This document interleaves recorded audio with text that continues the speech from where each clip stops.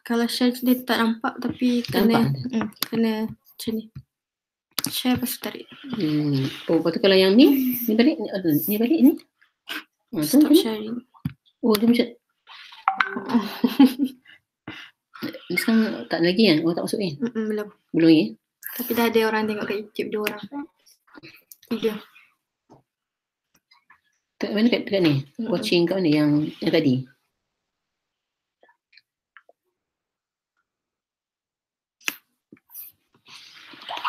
Dekat YouTube. Okey, tak nampak lagi. Nak tunjuk. Ni.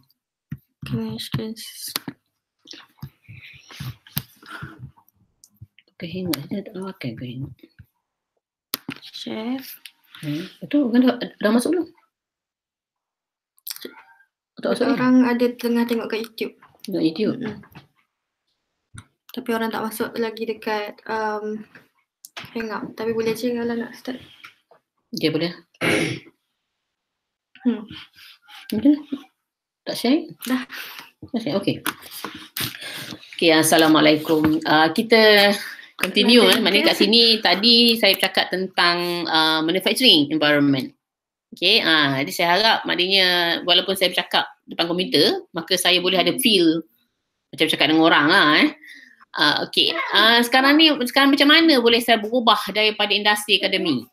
Sebenarnya maknanya perubahan karier ni dia bermula dari 2000 saya resign 2005 di manufacturing. Kemudian saya duduk Motorola sekejap 6 bulan. Kemudiannya saya apply USM dan saya apply PhD. Dua-dua.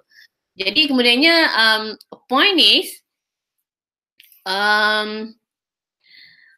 kata apa, 2006 tu saya mulakan saya jadi lecturer. Same time saya dapat dua-dua, maka same time saya buat PhD dan saya juga buat jadi lecturer. Same time full time lecturer, part time PhD. Okay, memang kalau orang tanya saya boleh ke buat part time PhD? Can we do part time? Can we do part time PhD? Is it good to do part time PhD? Maybe kat sini tak relevan soalan pada orang kat sini sebab mungkin tak ramai, tak ada orang pun yang buat part time PhD kat sini Malaysia. Of course, are you coming here all the way from Malaysia to UK? Definitely you are doing full time. Ya, tapi this is a very relevant kalau kat Malaysia. Yang mana part time PhD ni memang it can be an option. Dan saya ada student saya yang pernah jadi part time saya sekejap dan dia kata nak part time. Saya kata I was a part time PhD. I was a part time. But to be a part time PhD is really need a lot of discipline. Means that here if you don't know how to do a Tai Chi, you know what Tai Chi? Maknanya Chinese Penang ni memang terror Tai Chi, maknanya you know how to, maknanya pilih bila mengajar tu, pilih sebahagian, jangan ambil lebih daripada apa yang patut buat, maka tak habislah PhD tu. Maknanya buat part time PhD ni sama dengan, maknanya tak habis dah tu, maknanya tunjuk cara tak habis. Jadi student saya ada seorang nak buat part time, ada baru ni. Dan saya kata bahawa buat part time PhD tu macam tempah tikit tak habis lah. Dia kata nak cuba, okey lah, try. 2 semester dia tak tahan. Dia drop. Maknanya sebab dia nak kerja, tak cukup duit sebagainya, maka dia drop PhD dia, 2 semester dia tak continue lah. Ya. Okey, jadi maknanya kat sini, perubahan karier saya berubah daripada something yang sebenarnya adakah dia common soalan dia, adakah common perubahan daripada industri ke akademia kat Malaysia ni? Common tak? Mungkin dekat UK saya tak sure, mungkin agak common, tapi kat Malaysia tak common. Ya, memang dia tak begitu perkara yang tak common, tapi mungkin berlaku. Ada orang kata boleh tak? Maknanya kita dah boring dah kerja industri, kita dah ni whatever, kita nak berubah angin daripada industri pergi ke akademik. Is it okay? Is it reasonable or is it work fine or not? Kan? The point is like this, mungkin kalau kita berubah daripada industri ke swasta, ya, maka mungkin lah kata swasta tu, universiti swasta, ya, mungkin lebih mudah nak masuk. Tapi nak pergi daripada industri ke IPTA, dia banyak challenge dia. Sebab IPTA ni dia banyak red tape. Dia banyak protokol dia. Yang mana it's not that easy. Sampun macam ni lah. Saya sebenarnya bila dia offer tu, masa tu dia offer sebelum, masa tu saya tak mula PhD lagi. Dia serentak. Saya dapat PhD untuk masuk kat UTM. At the same time, saya juga dapat USM lecturer. The reason why saya buat PhD kat UTM sebab USM punya requirement tak boleh staff buat tempat yang sama kat USM PhD, tak boleh.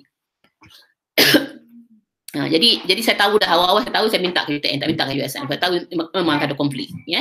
Jadi maknanya kat sini dan bila dia offer sebab USM ni is a PTA, maka dia ada protokol dia punya own, dia lain, dia tak kira experience kita yang bertahun tu, dia tak kira saya ni manager level ke apa, dia tak kira. Dia kira you are entry level, you start sebagai entry level, yang mana gaji dia offer tu lebih rendah daripada entry level of my engineer dekat department yang baru graduate daripada universiti. Saya tengok gaji tu masa tu fresh graduate start 2,500, maka dia offer saya 2,100. Saya tak tahu sebab saya nak gelak ke, saya nak menangis, tak tahu. Tapi saya feel that sebab kita dah managerial level, kita punya gaji semua bahagian semuanya, then now you are being offered dengan gaji rendah. Maka sanggup tak kita nak terima? Ya, asalnya lepas tu saya bincang dengan, maksud saya masuk supaya sekejap dah masuk PhD, sebab saya kata ambil lah. Sebab apa? Mungkin maknanya sebab bila universiti you ada grant untuk buat research, maka better you take. Maknanya dengan cara tu saya terus kena buat part time sebab saya mengajar full time di USM. Okay. The point is now, sama ada apa yang kita gain bila kita daripada industri ke akademi, apa kita gain? Kan. Satu yang ketara here ialah memanglah sebab kerja saya berindustri yang mana saya start 7.30 pagi. 7.30 pagi saya start. Oh tak share. Sama. Okey, saya start 7.30 pagi dan saya habis kerja patut je 5 suku. Ya, tapi kerja kilang dia tak 5 suku, tak nampak 5 suku. Selalu balik kurang lebih. Itu komen cumanya bezanya ialah tapi kali kita boleh je kena habis 6 lebih tu kena balik, boleh basuh tangan, boleh sangkut kerja dekat pintu, dekat gate. We can just drop it there and then malam mungkin tak ada apa.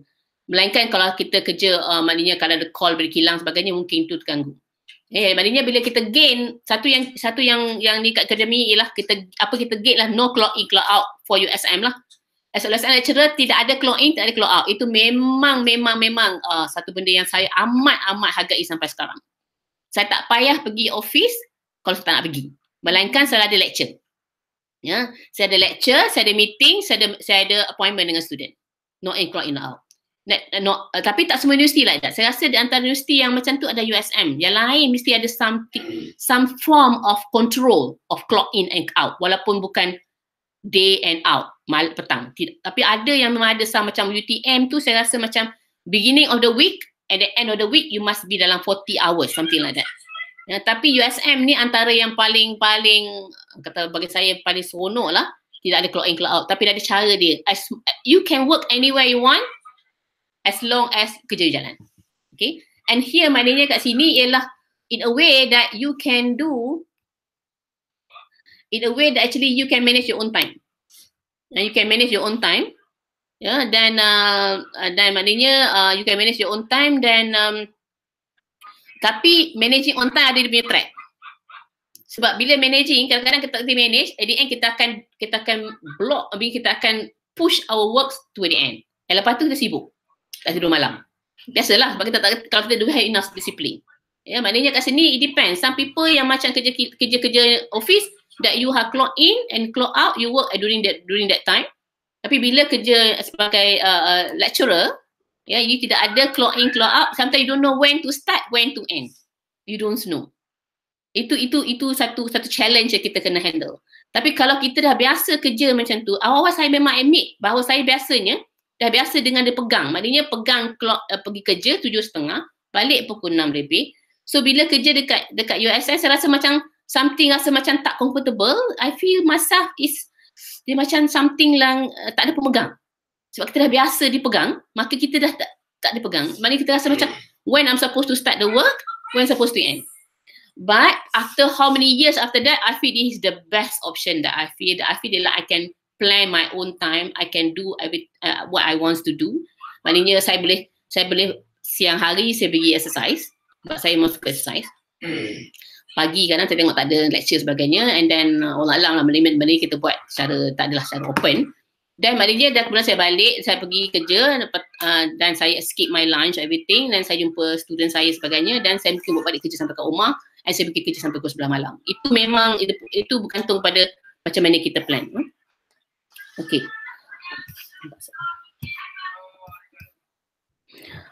I think let me take picture first.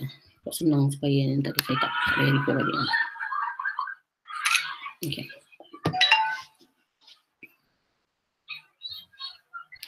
Okay. Mereka sini dah tadi muka ini. Silap. Sorry. Here, right. Okay. Satu yang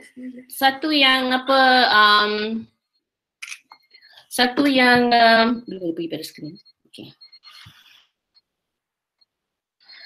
We can manage our own time, right? Tapi apa yang terkorban bila kita moving daripada industri ataupun siapa-siapa kerja tempat lain masuk akademik. Depends, saya cakap pasal dalam konteks RPTA lah. Mungkin RPTS lain, tapi saya cakap pasal konteks RPTA yang mungkin konteks yang memang susah sangat nak adjust salary.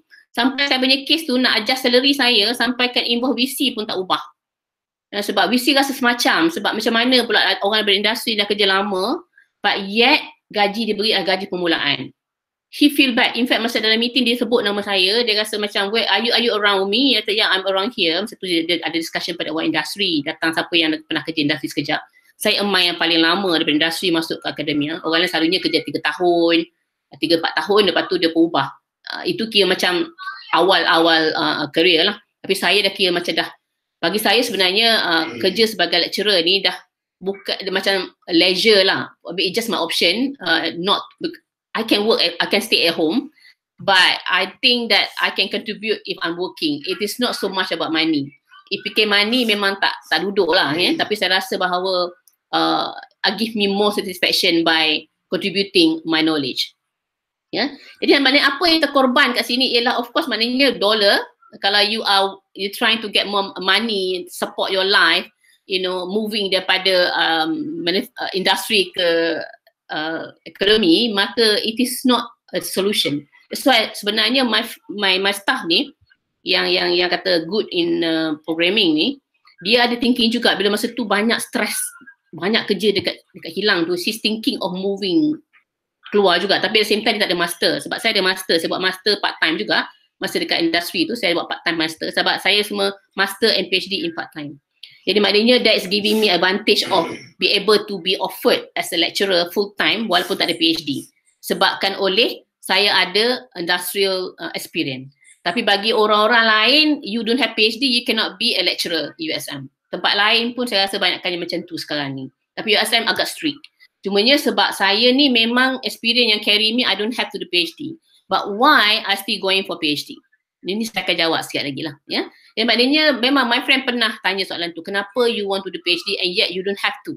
You can just enjoying your life here at USM, you can just teaching and then you just do anything.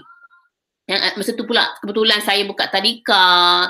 Financially dia kata you don't have anything to worry about financial. Why you want to even still working in this USM? So I will answer you later. So maknanya kat sini that one thing juga missing sometimes here, right? Government environment ni, kata apa, government punya keadaan ni, dia appreciation dia kurang. Maknanya kerja you buat, people not really appreciate as much appreciate in industry. Industry ni, anything you do, sebab dia orang sendiri dalam keadaan yang trying to maximize, optimize their work. So anything they ask from you, they will really appreciate. Anything that you minta dengan you tu, dia akan really appreciate because they really want to make sure that the work, the request they do with you will benefit them well. Which is in the government environment, they are not like that. Maybe you feel like they might ask something, but at the end they don't use it. So you might feel upset a little bit. I mean, your time you spend whatsoever is not being valued quite well. Then of course mana kat sini, okay sekarang tadi saya cakap pasal expectation, the ball game dekat manufacturing, which is communication skill, which is knowledge and communication skill and so on, right? I don't talk about politics. Politics also you must be smart as well. And mana kat sini that don't be naive. Sebab kalau maknanya I don't talk about, saya cakap pasal manufacturing kan, but kadang-kadang kalau kita ni naive that way that we are good worker, kerja depan komputer, tak pernah maknanya tak ada campur orang sebagainya, people would tend to take advantage and claim that your work is their work. Jadi macam kat sini kita kena ada politically right. Maknanya kena pandai juga, bukan kita so politicking now, tapi political right, you know what is your position and how you going to be maknanya being looked, perceive people yang ada knowledge and then perceive people respect you. And in the way that people know that if they are trying to step on your tail, you will jump. Maknanya kat sini people don't take you for granted. That is important in industrial. Okay, that is important. Jadi maknanya memang communication and also know how to position yourself is very important. Okay, when it comes to the academy, right? Here, ball game is different. Okay, the ball game different. That's why my friend is asking me, I don't understand you, Umi. Dalam keadaan you dah permanent staff, okay, and then you have financially strong, for example, situ, and then you don't have to do PhD. Why you are putting your money, cari pasal, susah, part-time PhD is not easy. Sebenarnya, I'm the only one part-time PhD in my department. I'm the only one, okay. So the point is, saya kata, okay, the point that to be a part-time, actually saya dapat, lepas 2 tahun saya dapat to convert part-time to full-time. But I choose to be a part-time because saya tak nak ada elemen third party pushing me. Sebab of course lah macam bila macam sini 3 tahun kena balik. 3 tahun kena complete thesis sebagainya. And saya tak mahu ada external force. So I said that paying for the UTM fees is cheap. It's about 1,000 lebih je masa tu, murah. And then my husband is sponsoring me, and then no problem with that. And then somehow that saya tak nak diikat sebab saya tak nak be bonded. And people is asking that why you afraid of be bonded and yet you're going to work there. Kan, 7 tahun you been bonded, then after all you're going to work as a lecturer anyway. Saya kata, well, I am coming from industry, I used not to be. Saya ada kebebasan. I wish to have a freedom of choice. So I would prefer not to have something bonding me. Walaupun mungkin at the end of the day I still work for 7 years. Okay, that is my choice, right? So maknanya, and also saya tak nak ada third party pushing me sebab saya pun ada element of stress level yang saya kena handle. Okay, jadi maknanya then my friends asking why you do PhD and yet you don't have to. Okay, that's why I'm saying that back to the ball game here, right? Ball game in industry, in the academy is you must be able to do research. Alright, so for academic, of course, many of students here is coming from IPTA, right? So definitely it means that you must be able to do research, right? If you don't have PhD, how are you going to do research? You can, but you cannot go far. That is the game of being academician, right? It means that, of course, you're talking about lecturing, you're talking about teaching. As a part of it, half of it is teaching, but half of it actually is research, right? So means that here you must be able to do publication. This is the requirements, 50% requirements of an academician, right? So it means that here, in order for you to be able to perform well, to be a good player of a lecture in the academic world, you must be able to publish. So means that here, then question is how we can prepare ourselves to be able to publish, right? Sebab I mean this discussion among dengan saya, dengan sebahagian student kat sini sebagainya. Sebab saya tahu environment UK compares to environment Malaysia lain. Cumanya saya mungkin nak highlight little bit like supaya maknanya bersedia pada awal. Iaitu walaupun some of the requirement here, you don't have to publish, you don't have to have paper or journal whatsoever. Maybe tapi saya minta supaya biasakan diri untuk writing a paper or journal paper and a conference paper and so on. Sebab actually dalam banyak-banyak dalam buat research ni, PhD ni yang paling tough actually is writing. Tough is writing. And writing a journal, you must try first time. Sebab saya masa try, saya ingat lagi dulu, saya part-time student, I had to write journal. Saya dipilih oleh school saya, okay, to be part of the masuk workshop untuk produce journal. Tapi before masuk workshop tu, saya kena siapkan draft. This is my own work, to do draft. I can feed it like people say that here something like kalau boleh macam you rasa macam berenang di lautan, something like that. Okay, for the first time. Then I really push myself. Saya tak ada thesis lagi masa tu. And then push sampai dia, and memang you feel it lah macam lah, kenapa lah dia suruh kita yang pergi workshop tu. But when you finish the draft, you feel a big relief. A really big relief that I'm glad I've been forced to go to the workshop. Walaupun you tak publish pun lagi, tapi it's a draft already ready. So this is really a good experience. So make sure, bagi saya kat sini, sementara ada masa, sebab eventually that kita siapa-siapa yang daripada sini akan balik jadi lecturer di Malaysia, right? So you have to guide the student to publish, right? So maknanya kat sini be ready and then experience the writing skill itself. Okay, maybe some of you dah memang dibiasakan, but some maybe not, right? Itu yang penting. Alright.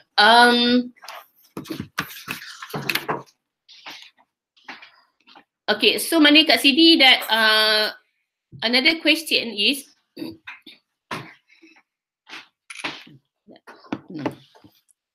you can see my face.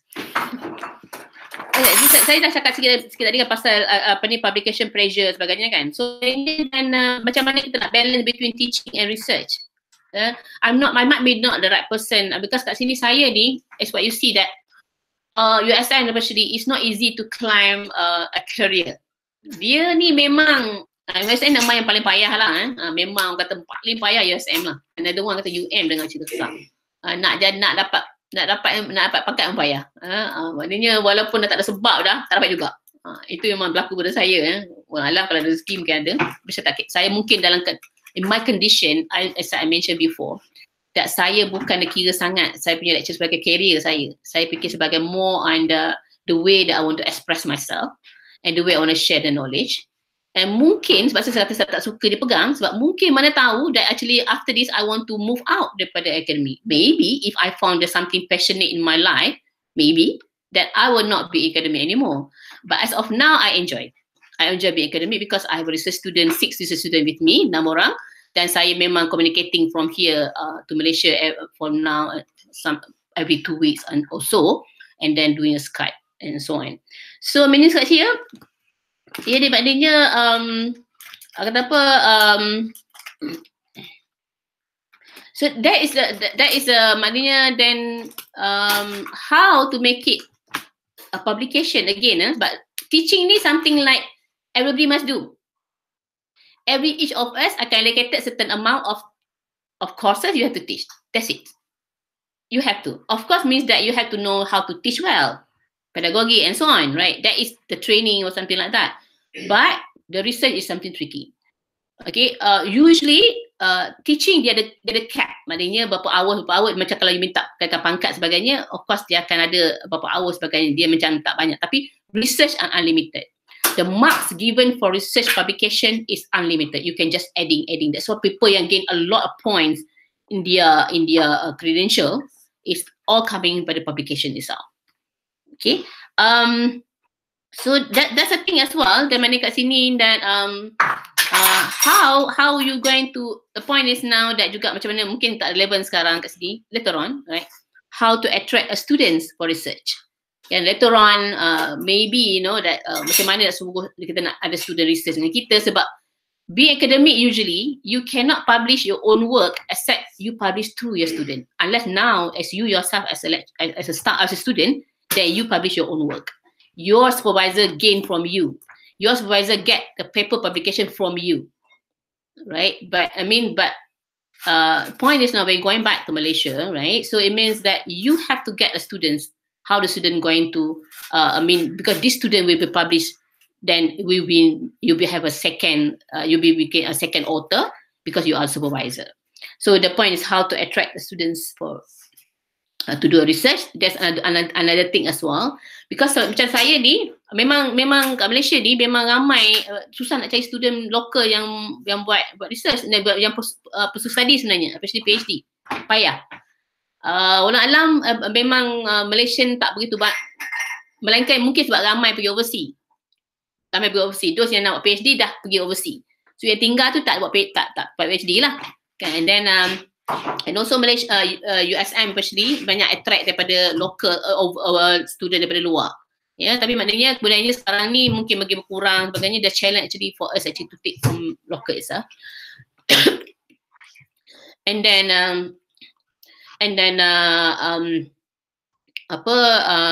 saya punya student 6 orang, 5 Malaysian and seorang bukan Malaysia lah. And then itu mungkin saya groom daripada undergrad. I groom ada undergrad daripada kita orang ada sistem yang mana final year project boleh buat research tahun 4, dan juga kemudiannya saya akan bawa dia orang sampai buat master dan juga PhD. Itu one of the cara yang saya gunakan, insyaAllah. Okay, basically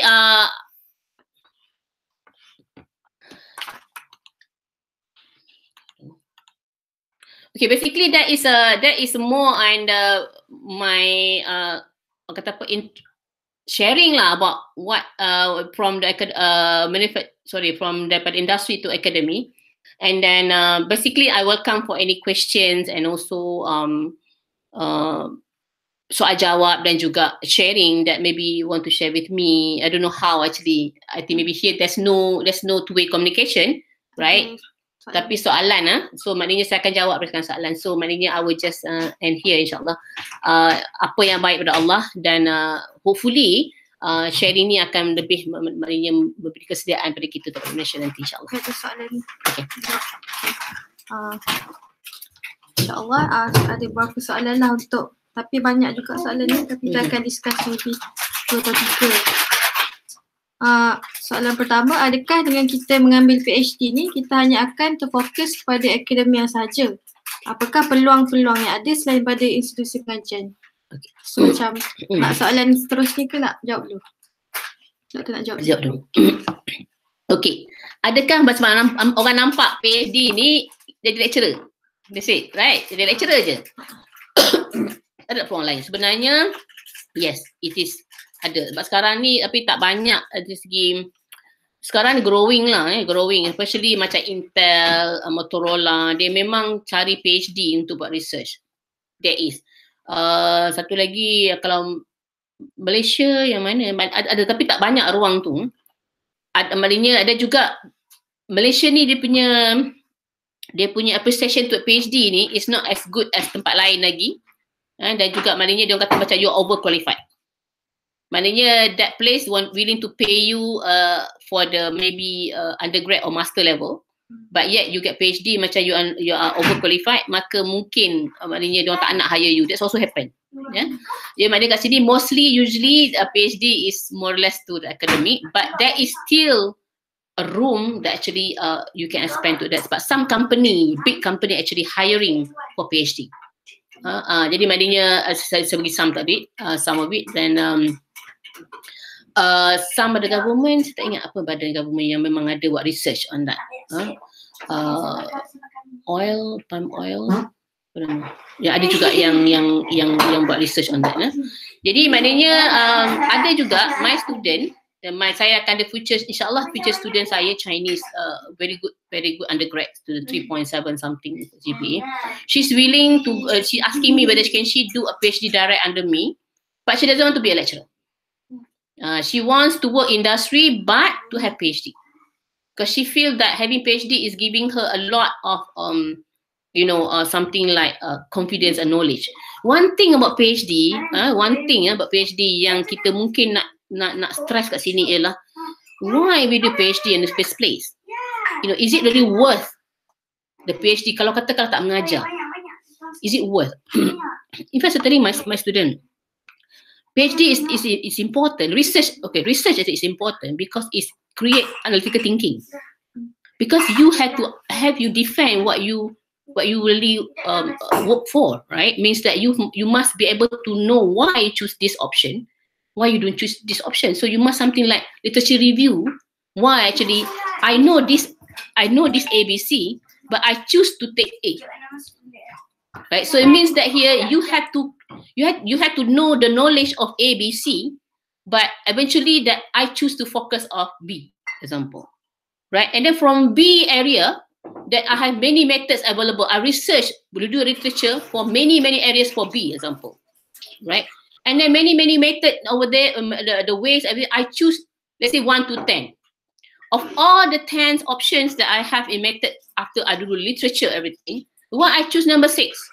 Then you have to justify also, right? So it means that here, and why number 6? So you have to do a good critiques on the literature review and so on. So that's why, that people with doing research hopefully you are a thinker and may create analytical thinking. So that's why we expected a PhD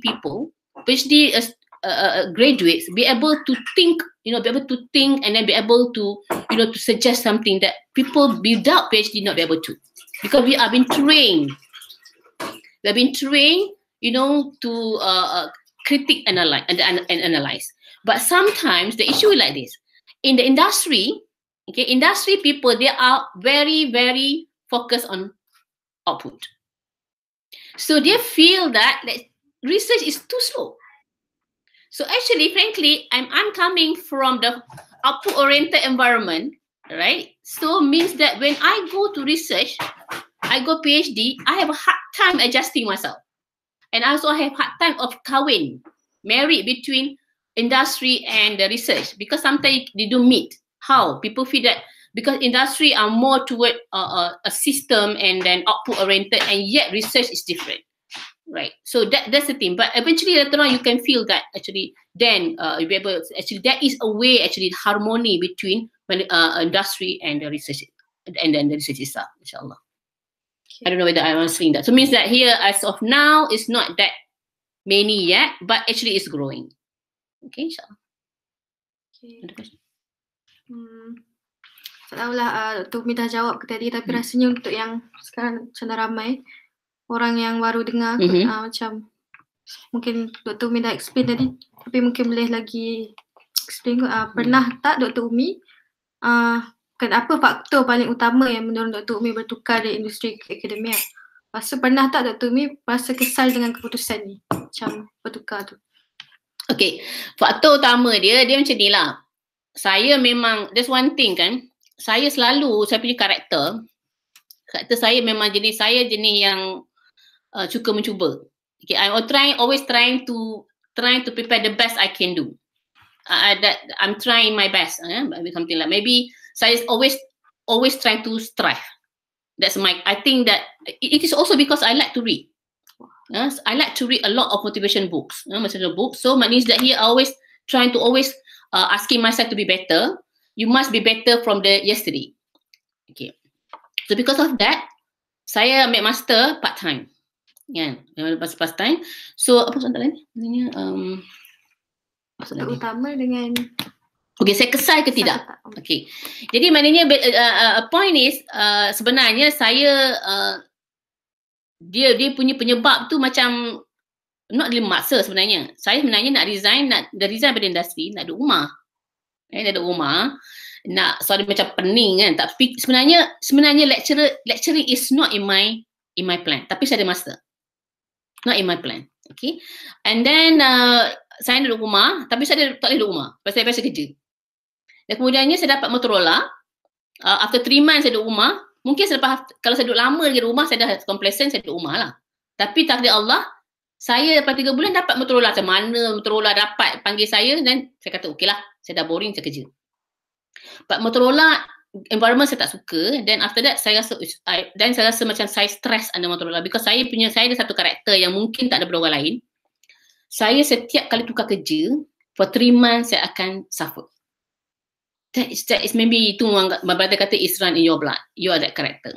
Mungkin sebab you always want to be macam you nak jadi bagus dah terus. Padahalnya of course lah you are learning. Tapi you always feel macam stress bila you tak tahu banyak benda. Ya. Jadi I have that problem lah. So maknanya kat Motorola saya having that same problem. So saya memang rasa stress, saya cari jalan keluar iaitu apply USM, then apply PhD. And then takdir Allah dua-dua dapat. Ya. Nak kata saya menyesal, tidak. Maknanya kat sini memang Alhamdulillah saya rasa bahawa saya of course saya mungkin keadaan saya berbeza, yang mana saya tak kisah pasal dollar sign. I don't care about so much about money. Ya, sebab saya dalam keadaan tidak begitu, maknanya financially saya agak strong on my own. Saya lebih kepada sebab my husband support me quite well sebenarnya. Jadi banyak kat sini sebab sekarang ni dia dah resign, dia dah retired, dia dah ambil option for retirement. Mungkin tahun ni saya lah jadi breadwinner. Tapi maknanya kat sini saya tidak, saya rasa opportunity. It's opportunity, and kalau dapat opportunity macam ni, better buat. Tapi cumanya orang kata kalau nak berubah daripada industri ke akademi, don't do at my age. Don't do at my age lah. Okay, do it earlier than that. Maybe at 35 tu dia perlu buat dah. Saya dah 40 macam tu maknanya saya baru berubah. Itu pun sebab saya tak plan to be. Ya, itu yang maknanya kat sini that that is good. And then one thing that sebenarnya the lecturer with the academic with the industrial background memang tak ramai. Sangat tak ramai sebenarnya kan.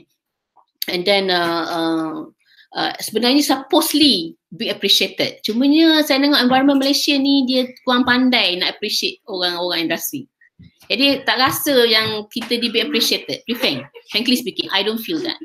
Tapi one thing that actually live with you is your thinking is different. The thinking orang daripada industri jadi akademik ni, lecturing sebagainya, the thinking is different. Dia lebih pragmatic. Dan juga dia tak jenis walau-alam cuma saya kena jaga saya punya kata apa outspokenness tu. Saya actually when I was industry I'm very outspoken. I was very outspoken and saya memang kata apa jenis yang I'll speak my mind. Environment yang mana kalau sana yang macam ni, Chinese environment especially, if we say something, don't agree with something, they just accept. You don't feel like they're being attacked. No, they're not. So maknanya I can argue with them, like what, argue everything in the meeting, everything. But after that, I can just go lunch with them. No problem. You just can accept, no issue. But I feel it like this kind of things tak happen kepada if I dealing with Malay. No. Dia jarang nak dapat macam tu. Malay take it, itu dah hard. So bila kita comment idea, dia terasa terus. Dia tak nak cakap kita dah. But itu that is a very bad character sebenarnya. Sebab sebenarnya kita bukan attack personal. Kita tak agree dengan idea. And then we open for discussion, right? But the issue is we are feel that bila people tak setuju dengan kita, dia tak setuju dengan idea kita ni, dia tak setuju dengan kita. Jadi kita susah nak terima pandangan orang dan sebagainya kan. Jadi maknanya itu dah saya punya jawab soalan tu. Saya merawang sikit ni. Maknanya kat sini that saya memang rasa bahawa that is how actually I think that my knowledge industry itu menolong the thinking pada orang lain. Walau-alam walaupun mungkin orang tak tahu sama ada besar ada impact, tapi I can realize actually student like to deal with me. Student rasa macam my thinking is different. Even seorang student kata your thinking tak sama dengan thinking lecturer lain, and then saya lebih open kepada differences. Saya akan rasa macam differences okay, tapi kita mungkin sebab mentality tu, scope mentality kita tak terima benda lain. Padahalnya kita nak grow, we must be able actually to appreciate differences. We cannot be homogeneous, we have to be heterogeneous, right? So means that here we must be like that. Cumanya kat sini itu satu yang akan benefit student, sebab student yang kita produce tu actually bukan jadi lecturer. Dia akan pergi industri. Kan? So dia akan industri, so dia will be learn from way that actually we dealing with them, and dia bagi benefit pada kerja tempat lain nanti. Itu yang penting lah. Soalan lagi tak? InsyaAllah soalan daripada Ukti Mardiah macam ada tak any tips untuk JV akademia dengan industri dan kat mana kita nak start? Dan ada juga soalan yang lebih kurang tadi macam ditanya kalau nak perkasakan jurang industri dengan dengan akademia ni, tapi di Malaysia tu, pihak Malaysia tu sendiri. Okay, first JV JV sebenarnya banyak dah study company try to JV already with the academician. Banyak dah started. In fact macam kita orang pun dah start macam saya balik pada ni, saya mengajar saya on the artificial intelligence, my research on artificial intelligence, and then on the machine learning. Mungkin you all never heard, some of you never heard about machine learning.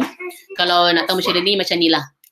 Sekarang ni kan Google Translate kan dah jadi terror kan, dah jadi pakai smart. You letak English tu keluar tu, dulu letak dia punya ni tak apa-apa dia mentranslate Melayu tu kan. Tapi sekarang dia dah cerdik lah. Ya. Apa yang buat dia cerdik? What made dia cerdik? Actually Google actually they are employing machine learning. Dia pakai deep learning. Ya, jadi maknanya that's the thing. So maknanya sekarang saya memang because of that company is acknowledging they need to know data science analytic. One of the sekarang ni something I talk about is data science analytic courses, dan banyak company sebenarnya nak pergi kepada data science analytic.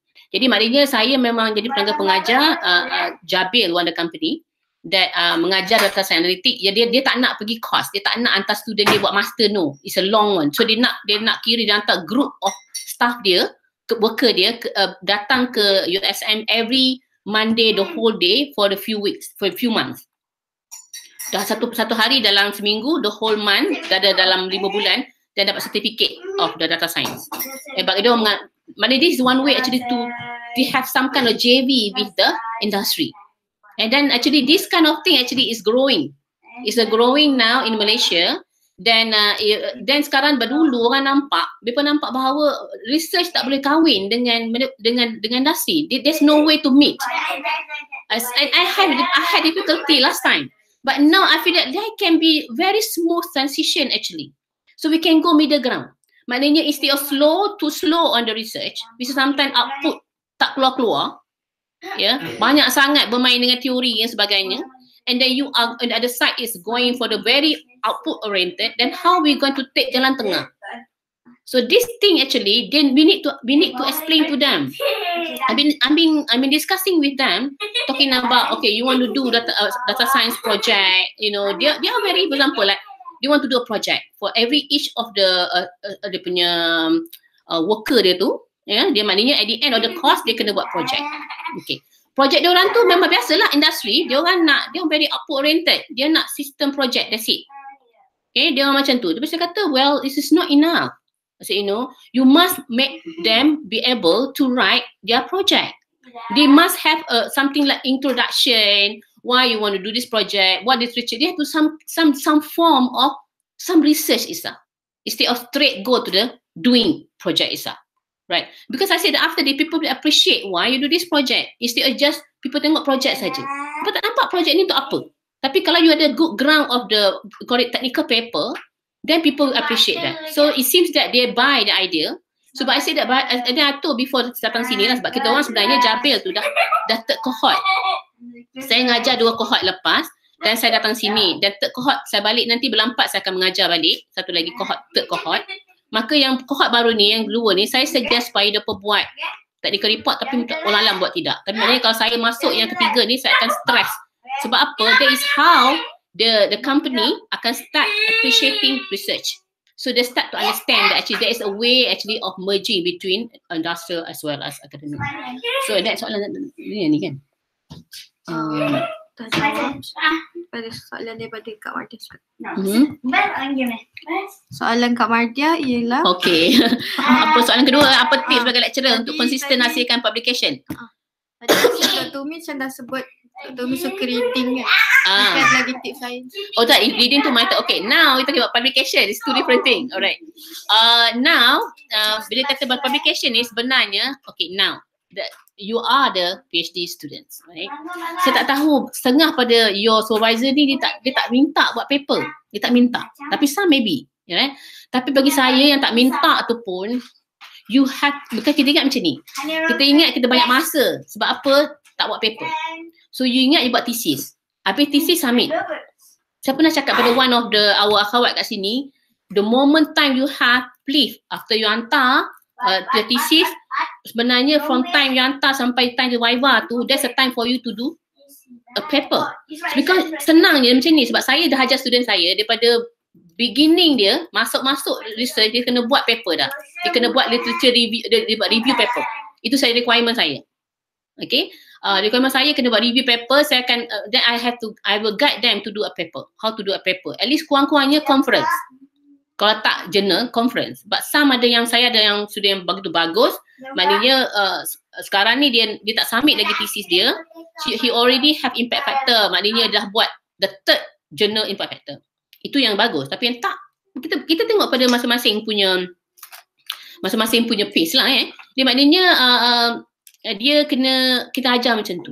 Jadi dan kalau boleh, kalau katakanlah saya mengajar saya bikin macam ni. Buat paper tu bukan apa, bila writing you just can take whatever in your paper and you put it in your thesis. So your thesis become easier. That's my practice. Sebab saya masa saya graduate, masa saya habis thesis saya sedang dalam I have about 7 or 8 publications. Sebab mungkin saya part time along about 5 years plus, so saya ada span of time. At the same time, because saya kena perform as academician, saya kena ada paper publication, and masa tu saya tak ada student. They don't allow me to have student walaupun master. So saya kena perform on my own capacity. So I must have paper. Okay, so maknanya that's the thing. So tapi dia mengajar saya jadi macam mana nak write paper, macam mana nak jadi from there nanti kita tahu macam mana nak write good paper. Okay, here, jadi sekarang ni kalau katakan sepatutnya kita ajar diri kita sebelum kita write thesis. Bila kita ajar diri kita sebelum write thesis, this content will help us in writing thesis. Tapi kalau katakanlah, tapi kita kena ingat bila kita write thesis, kita ingat kita maknanya kat sini, oh, we have plenty of time. Of course lah, because bila you tak write paper, you have plenty of time to write thesis.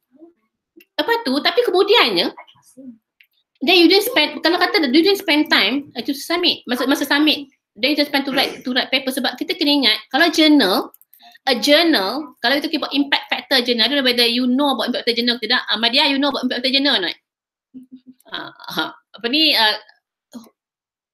Impact factor journal, actually it takes about months to get it accepted and published.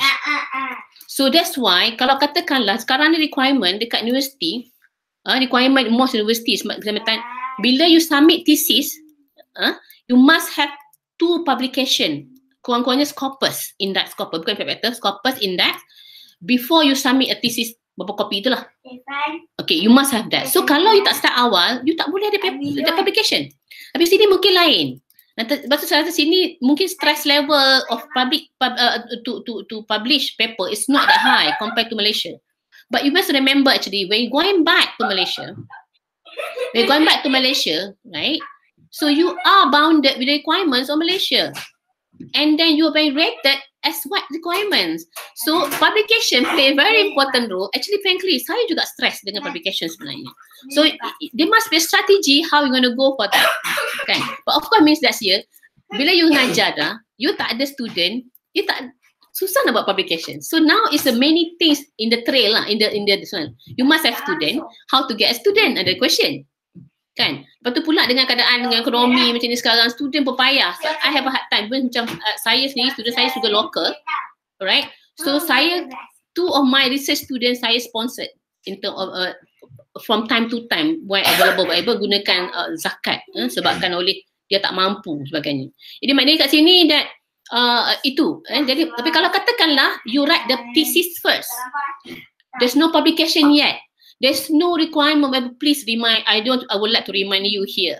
Supaya tak sakit kemudian. Supaya you get used to it. You already have a thesis ready in front of you. You already have a result in front of you, right? So it means that take an effort to produce at least 2 papers from your thesis. Actually, that's a way of how to design from the thesis how many paper you can create. That is a way. Saya nak baru ni saya nak tolong one of the akhawat, tapi dia tak ada masa nak tanya jumpa saya kan.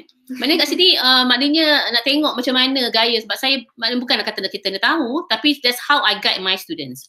Maknanya daripada thesis dia, saya akan suruh dia buat list of publication possible, macam mana dia pecah. So my student tu dia ada yang ni good student lah ya. Dia pun lah baru semester, is about to submit thesis soon, dalam saya balik dalam bulan 5, bulan 6 ni. Sebab dia dapat kerja dah offer dekat Japan. Walaupun tak habis lagi dia punya PhD sebab dia banyak because of publication, and grant. Jadi maknanya kat sini that dia akan bentang kat saya dan saya akan plan what kind of the paper that you going to have, tajuk apa lebih kurang. Jadi maknanya from there, tapi kalau kita ada thesis dah siap, then you can break that from here. Paper apa kita boleh create, apa sebab sebenarnya paper tak sama dengan thesis. I hope I talk a little bit longer here. Mana macam ni, paper journal or whatever, I'm talking about journal, but usually conferencing dia punya markah dia terlalu rendah. Ya, jadi markah dia orang nak kepada journal paper, then maybe index corpus tu the minimum requirement. ISI whether impact factor tu higher lah. Impact factor memang payah. Dia memang kata apa, tabik spring lah kalau dapat impact factor, dan saya pun memang strive nak dapat impact factor. Cuma dekat sini that kata apa, it takes time for that. Then we have to spend time untuk be able to do a paper tu. Kan? Itu yang apa ni kita perlu ingat lah. Maknanya then bila that experience actually is going to be helpful bila kita balik nanti. Memang I'm really kata apa bukanlah maknanya encourage to start and the experience and feel the pain of writing, because it's not actually easy lah. They take at least first paper, then we're going to be paper then will be okay after that. So one thing about thesis, beza thesis dengan journal paper ni, a thesis is a many story inside. Remember, we have berapa objektif? Okay, dia 3 objektif katalah Objektif 1, objektif 2, objektif 3 and maybe 4 katalah. And then 1 to 2 and 3 and 4, it's a different topic, but it must be interrelated. Right now, it must be. Okay, but that means that the thesis must be disusun chapter 4 and 5 and 6. I'm talking about Malaysia context lah. 4, 5, 6, 7 and maybe 8 conclude. So let's say you have 4 experimental. Okay, then conclude 8. So it means that here is a 4 kind of different thing but interrelated to each other. But paper is you only tell one story at one paper. One story, no more than that. Jadi kalau you ada 4 objektif example, you might be at the minimum is 4 papers you can produce. Itu saya cakap itu sikit lah. Ini contoh ni. Mana kat sini get used to it dan insyaAllah. Sebab dia ingat macam ni jugalah. Saya pernah pergi buat workshop lah. Workshop yang writing paper, a journal paper. Dia kata, why you must publish? Okay, kalau you buat thesis, yang baca je dia buat joke. Yang baca tu is your supervisor, your examiner and your mother. Your mother. That's the only one yang baca thesis tu. But if you write paper, you can imagine that how many will read your journal.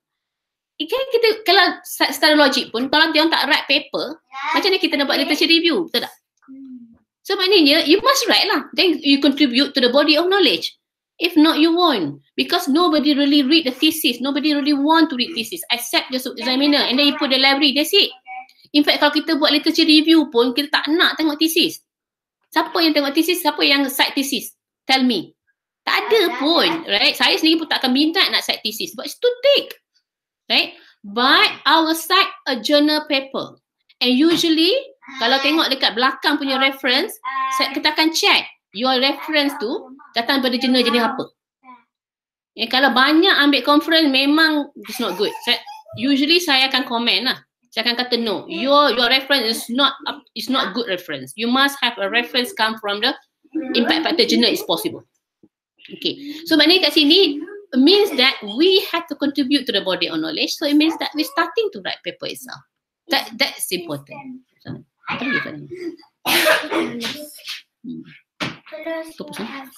InsyaAllah kita apa soalan lain ada? Terakhir kot boleh lagi kot. Tak boleh tadi. Dia macam sebagai seorang pelajar lah kot, nasihat Dr. Umi kepada mereka yang akan habis belajar, sedang mencari kerja, baru habis PhD yang tidak attach dengan mana-mana universiti. Nasihat untuk student lah. Okay, ini nasihat biasa. Ini bukan research. Nasihat saya pada orang, nasihat saya kepada orang yang akan habis belajar. Okay, nak dah habis. Tapi undergrad, I believe undergrad cari kerja baru tapi tak attach mana-mana. Dan universiti dan sebagainya lah. Okay, what we're supposed to do? First of all, saya rasa macam ni lah. That's what I mentioned before, right? So maknanya kita ni kena ada 2 benda yang penting dalam career lah. 2 benda tu minimum lah ya. Yang pertamanya lah the knowledge. Definitely. Remember, it's very important for us to know what's the ball game. Again, the ball game. Apa yang perlu dalam career tu, dalam tempat tu Isa. Ya? Yang pertama ialah you must have knowledge. Tapi kadang-kadang kita ingat macam ni lah. Kita belajar ni kan, undergrad example. How much you remember what you learn? How much? 10%? 20%? 30%? 10% pun dah cukup bagus kan? Tapi apa sebenarnya yang you carry all the way? Okay? So the point is now it's a mindset dan sebagainya, means that you remember general ideas, you remember, but the bottom line is why that you also remember how to convey the message. How you manage that here is very important. Other than your technical, other than your knowledge too, is also like how you be able to communicate. Yes. So with that, it means that learn how to communicate effectively. So while we become students here as well, ambil lah course-course yang communication skill. Which is I know that even my student yang kata bagus ni, yang memang buat publication bagus ni, one thing saya komen dekat dia. You have ingredients. You have the ingredients. You have all the things, but you are not a good marketing officer. Means that here you have a product. You have a good product, but you know how to market. The point is because your communication skill is not that good, right? So it means that here people cannot really. Sometimes you have a good idea, brilliant idea. The way Dia present memang dia punya PowerPoint memang cantik, tapi sebab dia punya cara communication dia, stressing and pause and whatsoever is not that well, people cannot get through what he want to say. So it's very important here. It's the same thing apply if you work, you interview. Actually, okay, saya interview many people as well masa saya jadi manager tu kan. Dia result ni you stated je lah kan.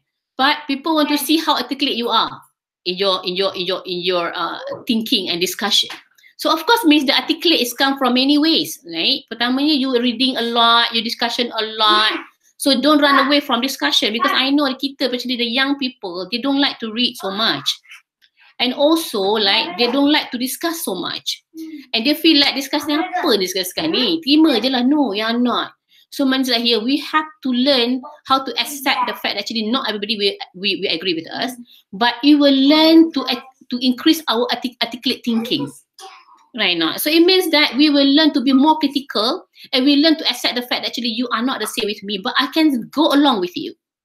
That's important. So it means that here find any courses, whatever yang ada communication skill. I don't know about here, tapi kat Malaysia ni, dekat US saya dulu, saya kena ambil course communication skill.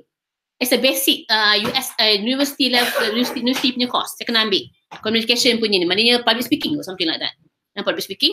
Tapi kat sini saya tak tahu, tapi kat Malaysia tak ada.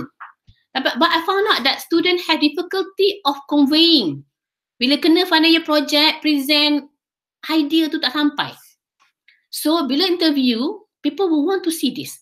Okay, remember also, satu yang tip, kalau siapa pergi interview nanti, depends lah, usually the pintu dengan meja tu, dia jauh.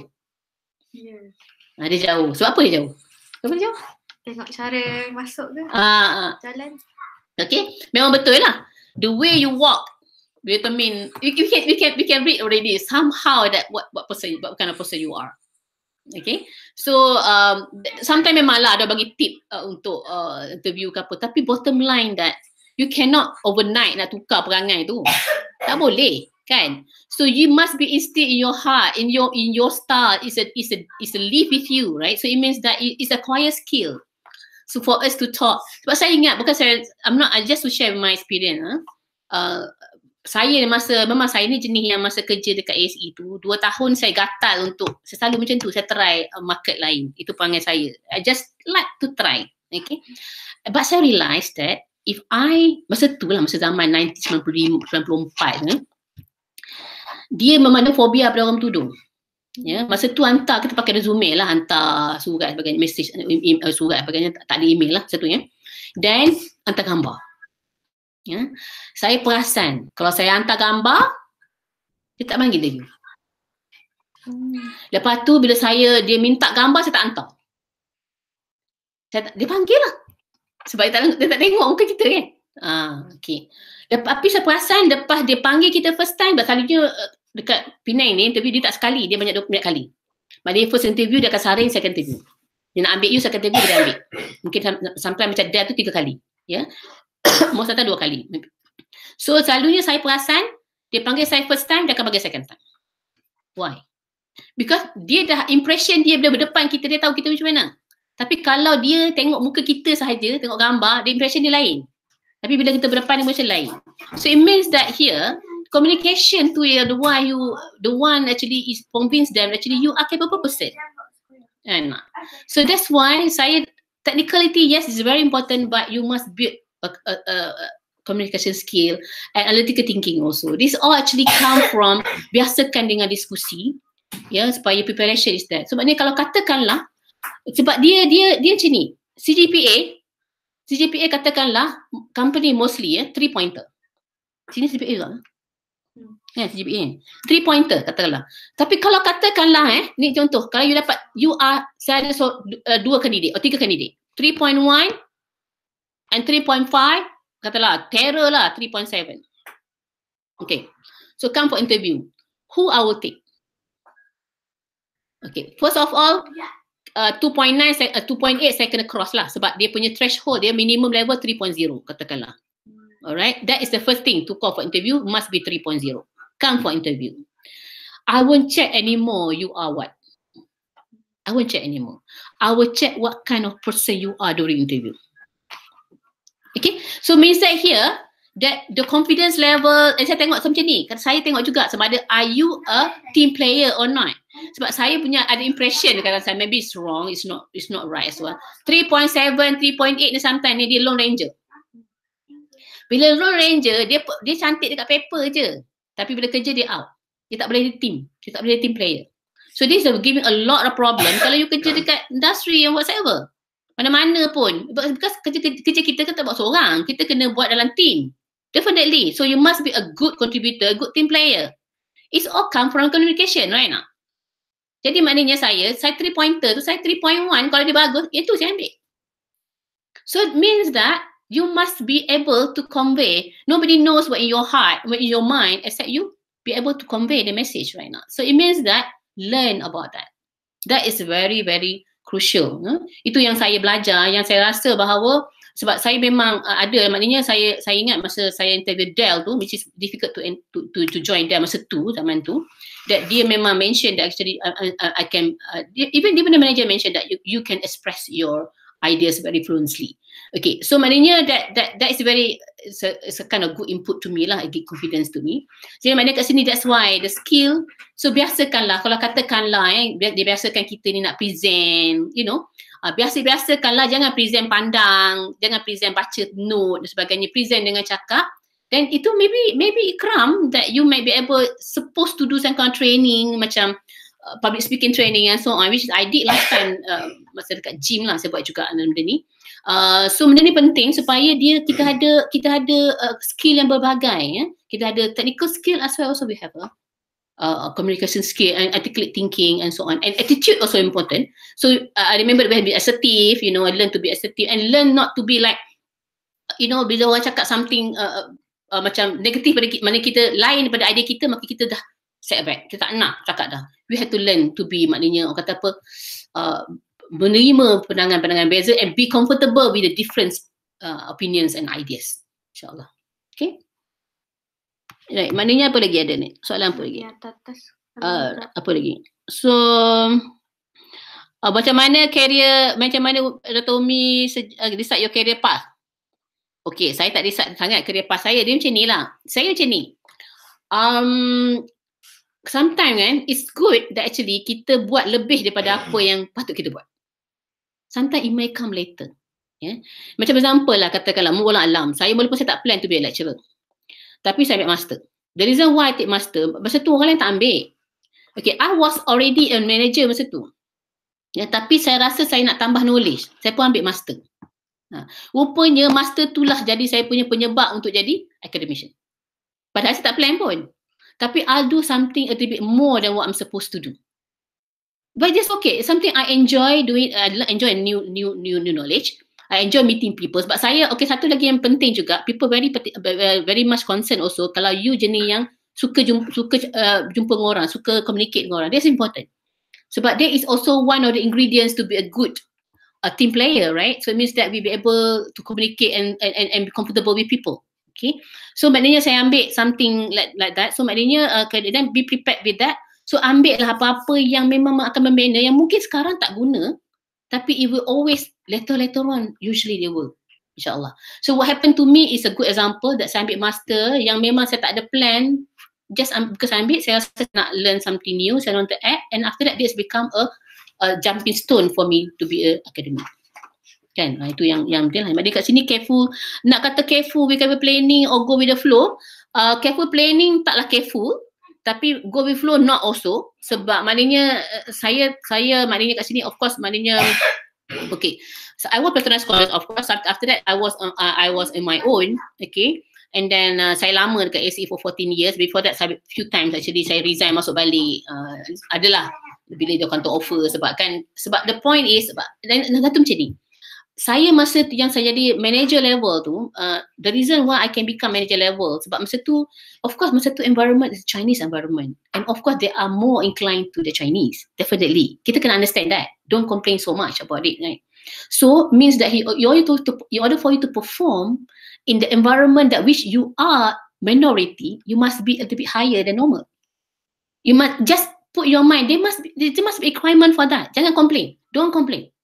Okay, there is itu kata apa, itu lumrah lah, lumrah alam macam tu. So maknanya kat sini masa saya di SA tu, saya pegang sistem, saya pegang sampai 4 sistem. I enjoy doing it. I have ways of handling system 4, which orang lain ada 1 je. Okay, jadi maknanya kat situ bila maknanya it's not that bukan saya enjoy. I don't really aim high, tapi maknanya saya enjoy doing it, and I feel it like I think I'm satisfied. I'm satisfied with if I perform, right? So maknanya bila berlaku, my boss resign. Masa tu saya resign pergi ke Dell, and I was about to go to Ireland for 3 months training. After that, my boss resign juga sebab apa? Suddenly they have no choice other than to call me back. Masa tu saya dah baru kat Dell seminggu. Dia have no choice to call me back because of you have the something that orang lain tak ada. So of course they have no choice, and also masa tu juga saya masa tu baru senior SA, masa saya keluar tu senior SA, and then sebenarnya selepas senior SA is session head baru manager, tapi sebab dia tahu bahawa saya dah kat luar, saya tak akan datang balik melainkan dengan managerial post. Jadi dia orang offer something that higher daripada what kalau saya internally saya tak akan dapat position tu lah. Jadi mana kat sini what I'm trying to say here, be prepared to do something more. That's okay. Don't compare. Don't compare that, oh, orang lain buat banyak, aku buat sikit, aku buat banyak, orang lain buat sikit. No, it's not. The bottom line that one thing I also always telling my student is, for me, learning whatever reading actually is you do a favor to your brain, right? Because whoever active in their brain actually stay younger. You won't be cepat nyanyu. Maknanya orang yang baca tengok Dr. Mahathir lah kan. At 92, he is very articulate. Why is articulate? Because saya baca tadi dia punya interview dengan dia kan, Straits Times, Singapore Straits Times interview dia, that dia memang suka membaca. Okay, so maknanya orang suka membaca, orang yang when dia always, maknanya kat sini dia akan sentiasa dia akan sentiasa thinking. So maknanya you do a favor to your brain, bukan maknanya jangan complain so much that oh I do this, I do that. No. For me, selalu I cakap macam ni je lah kat my students. If you have to do extra work by walking, whatever, by doing physical, just saying that you are do a favor to your body. Because when you moving, your body is get alert, right? If you do extra favor of reading or doing something with your brain that you don't complain, that insyaAllah is also actually to make you younger, whatever, because of by using our brain, we are still, we are going to be still young, something like susah nak nyanyuk dan sebagainya. Sebab I will compare that actually Dr. Mahathir dengan my father yang baru meninggal last year, they are the same age. My father dah nyanyuk. Okay, so maknanya kat sini I know because being idle actually is easily can go to insanity. So it means that here, that's why I want to be in this line. Okay, with option actually I can do a stay at home, but I would prefer to be to continue my career here. InsyaAllah sampai 60 kalau dibenarkan. Sebab maknanya brain tak payah physical sangat. And InsyaAllah physical pun I'm very much also aware because I like trekking, I like hiking and so on. Because I think I say that like this. I must do justice to all 4 area of our living. Something like you must have physical and then SQ and EQ and IQ, right? So it means that here we must have 4 here. So it means be fair and to our body, to our needs, right? So it means that you must be also taking care of our physical. It means that make sure that we have enough exercise, and also the IQ means that we must also be good to our brain, and then EQ it means that we also have communication, skill and so on. EQ. Then also we have SQ, it means that spiritual question, right? So it means that we also must be also a person that always be able to surrender to Allah SWT. So basically we must be able to have that 4. Jadi then insyaAllah kita akan lebih harmoni dan more stable insyaAllah. And also that something I'm just to share, right? So usually, especially bos yang ada stress level PhD ni, writing kan, okay. The tips kalau saya lah, tips saya, but saya memang writing thesis memang stress. Okay, kalau saya stress, the first thing I will do, I go exercise. I go exercise first, After that, saya dah selesai, dia keluar endorphin something like that. Then I will be able to do my continue my writing, insyaAllah. So if you feel stressful, whatever, close the book, close the screen ke apa, just go out. Tapi janganlah close terus kan. Go out and then exercise, you come back, insyaAllah you will do. It will still start whatever, pray, insyaAllah you make a solat, sunat for 2 rakaat, whatever. After that, you will be able to continue. But it did happen to me many times actually. Memang jawab terus. Maknanya, saya datang, saya start. Tak ada idea. Masa writing. Memang you say macam, masa writing you have start. So what happened after that? That saya solat 2 rakaat. Masa tu duha Saya solat, saya make Allah show me something. Because sometimes, biasalah PhD ni kan, belum nampak something light at the end of tunnel, tiba-tiba dia hilang, lepas tu datang balik, dia hilang, itu common lah tu, normal lah tu, bercakap-cakap seorang-seorang tepi tingkap tu, it was me as well. So maknanya, saya mayang sejak 2 rakaat, saya minta, memang after that, memang I can feel it, that the answer is immediately after I pray. So insyaAllah, if you feel that, many ways, go exercise and then banyakkan doa dan sebagainya. Dan insyaAllah, there is with the right attitude, dan Allah will guide you, insyaAllah. Okay. InsyaAllah, jazakallah. Jazakillah khair untuk Dr. Umi. InsyaAllah, walaupun baru kenal Dr. Umi, baru berapa jam je, saya dengar cerita Dr. Umi sangatlah hebatlah, macam inspirasi lah untuk orang yang masih belajar macam saya. Dan Dr. Umi adalah antara contoh yang macam mana orang yang beriman dengan ayat surah Al-Insyirah ayat 7 lah. Fa'iza faraqta fansab. Apabila selesai satu urusan, kerjakanlah urusan lain dengan bersungguh-sungguh. Macam Dr. Umi seorang yang terurus lah apa yang Dr. Umi plan dan nak buat. Dan apa yang Dr. Umi dah pengalaman seumur hidup pula. Antara yang saya dapat yang utama macam Dr. Umi adalah seorang yang sangat follow your passion lah. Sangat confident dan sangat suka mencari opportunity baru. Dan bila Dr. Umi buat benda tu, your thinking actually grow lah. Dan macam-macam peluang demi peluang datang yang Allah bagi dekat Dr. Umi kan. Dan sampai Dr. Umi boleh share dengan kita orang hari ni. InsyaAllah sangat-sangat terima kasih untuk yang dengar dan yang sudilah untuk bersama kita 2 jam hari ni. Dr. Umi ada kata-kata last ke?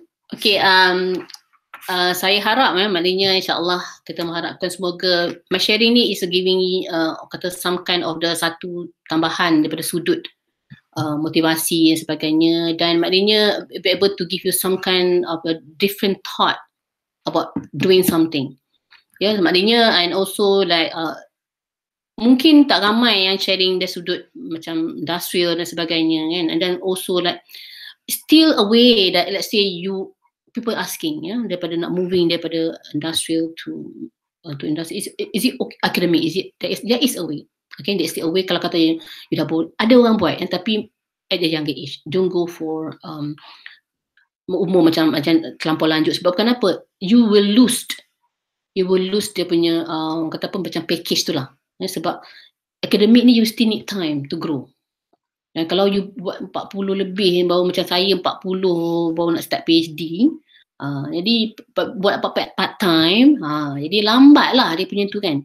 And then itu yang isunya. Jadi maknanya kat sini dah kita awal sikit, then you will be able to grow with that.